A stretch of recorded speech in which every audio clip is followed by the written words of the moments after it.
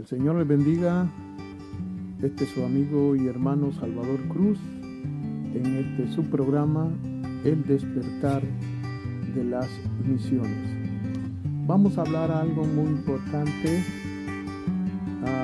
no solamente para el pueblo cristiano, sino para toda la gente que tiene muchas veces una duda o muchas dudas acerca de la palabra de Dios.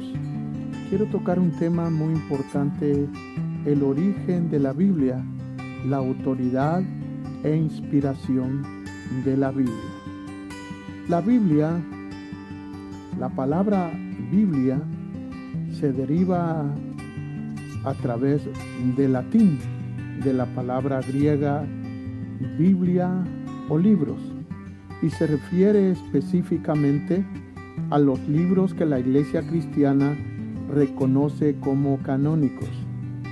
El uso cristiano más frecuente de la Biblia, o sea, los libros, en este sentido se dice que fue en 2 de Corintios 14:2, y los libros de los apóstoles declara que la Iglesia ha existido desde el principio.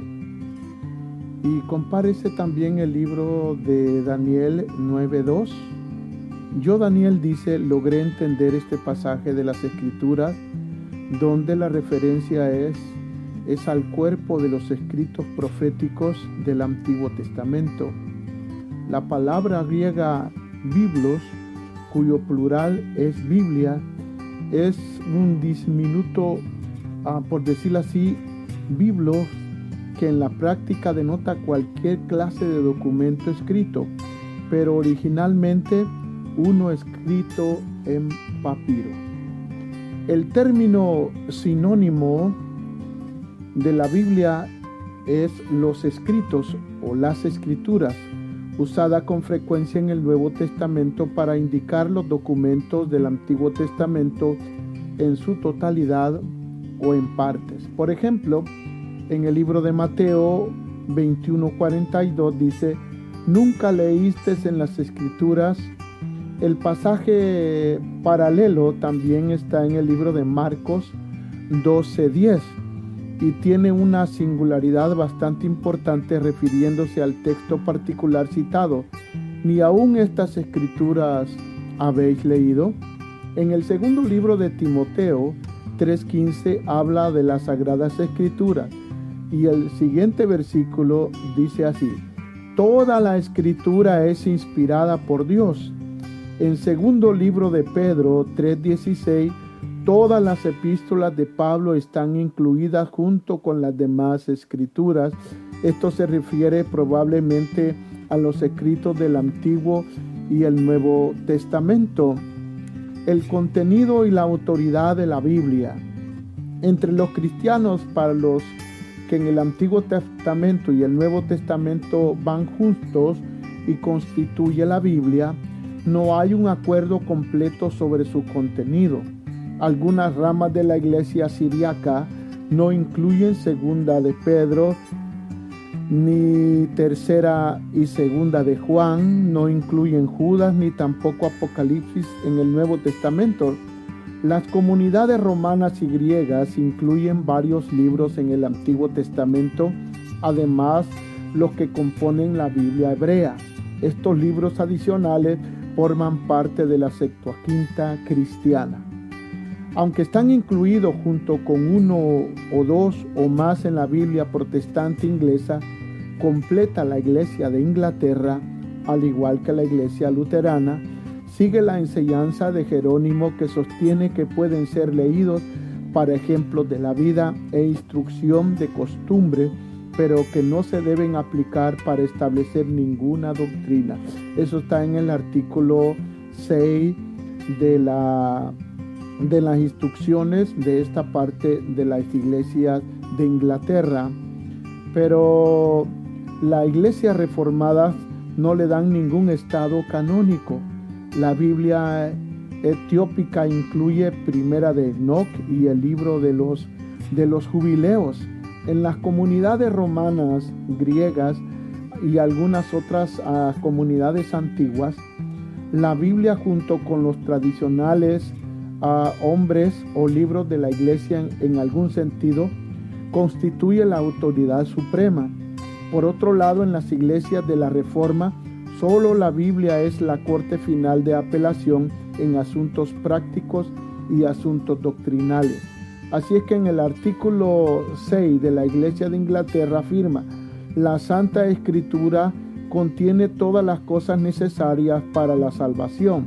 Así que lo que no se lee allí ni puede ser probado por ella, no se le debe requerir a ningún hombre para la salvación.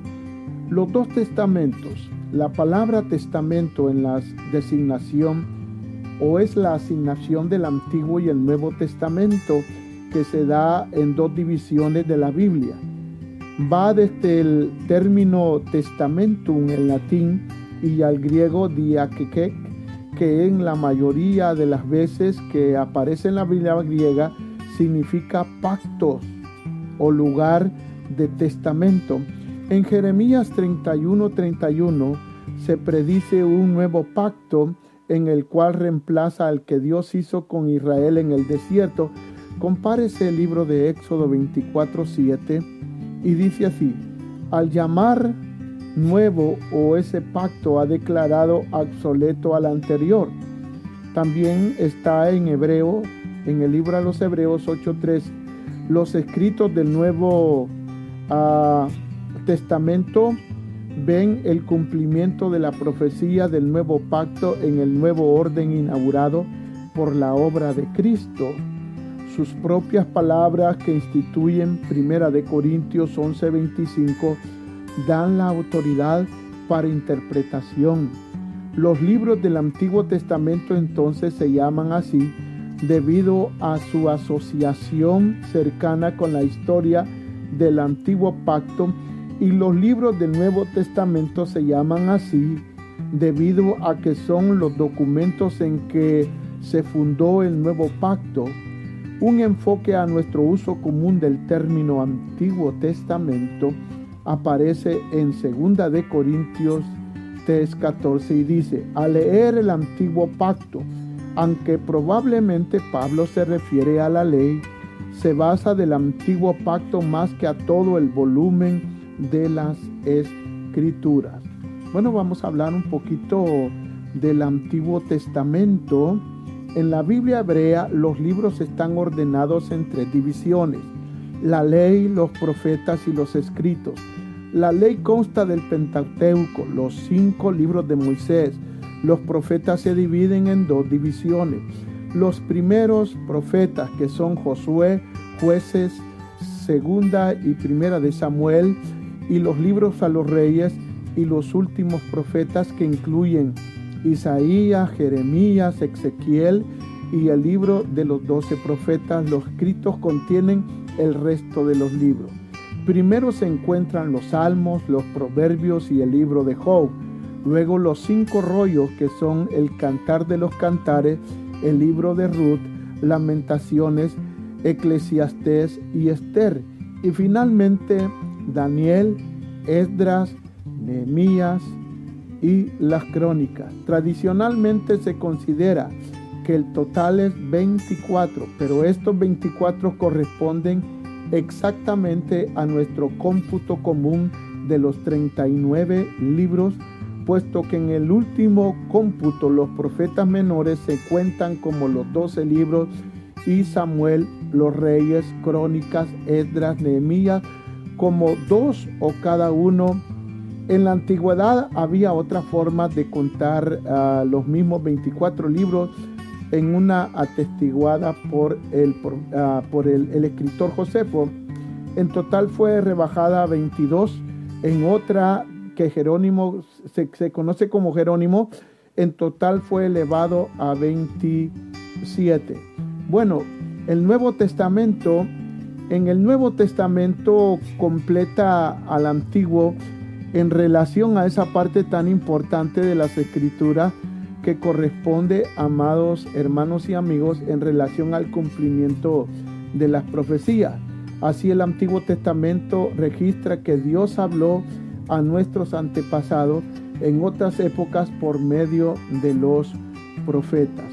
Así que una de las cosas más maravillosas es que la Biblia contiene el mensaje de Dios, ese mensaje lindo, precioso para no solamente los tiempos antiguos, sino también en nuestro tiempo, ya que la Biblia ha juzgado y continúa juzgando un papel notable en la historia de la civilización. Muchos lenguajes se han comenzado a escribir por primera vez para que la Biblia en su totalidad o en todas o partes se pudiera traducir en ellos en forma escrita. Y este es solo un pequeño ejemplo de la misión civilizadora de la Biblia en el mundo. Esta misión civilizadora es el efecto directo del mensaje central de la Biblia.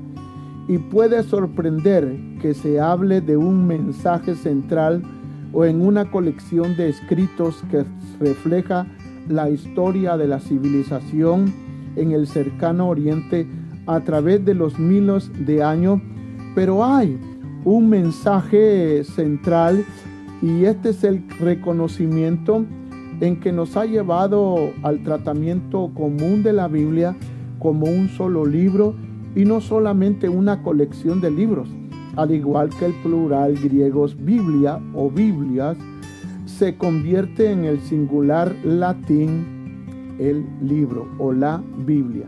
El mensaje central de la Biblia es la historia de la salvación y a través de ambos testamentos se puede distinguir tres aspectos de esta historia en desarrollar: el que trae la salvación, el cambio a la salvación y los herederos de la salvación.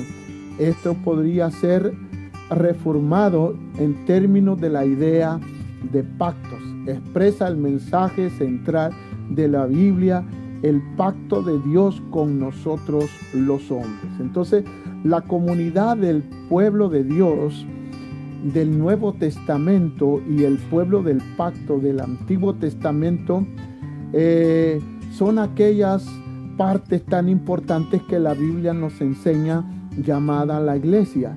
Es una palabra exclusiva del Nuevo Testamento y es natural que el lector piense que la iglesia es algo que comenzó en la época del Nuevo Testamento, pero el lector de la Biblia griega no se enfrentaba a ninguna palabra nueva cuando encontraba eclesia en el Nuevo Testamento y la asamblea del pueblo del Señor. Sin embargo, es cierto que tiene un significativo y nuevo, más amplio nombre en el Nuevo Testamento. El pueblo del viejo pacto tenía que morir con él para resucitar con él a una nueva vida en la cual había desaparecido las restricciones de la nacionalidad. Jesús provee en sí mismo la continuidad vital entre Israel antiguo y el nuevo pacto. Sus fieles seguidores eran ambos, el remanente del antiguo y el núcleo del nuevo. El Señor, siervo, y su pueblo, siervo, unen a los dos testamentos. Entonces, el mensaje de la Biblia es el mensaje de Dios para los hombres, comunicado muchas veces y de varias maneras, dice el escritor a los Hebreos 1:1, y finalmente encarnado en Cristo. Así que la autoridad de las Sagradas Escrituras, por las que en ellas deben ser creídas y obedecidas, no depende del testimonio de ningún hombre o de ninguna denominación o de ningún concilio o de ninguna iglesia, sino exclusivamente de Dios, quien es en sí mismo la verdad, el autor de ellas, y debe ser creídas porque son palabra de Dios. Que el Señor le bendiga en esta hora. Le habló su amigo y hermano Salvador Cruz del Despertar de las Misiones. Que el Señor te bendiga.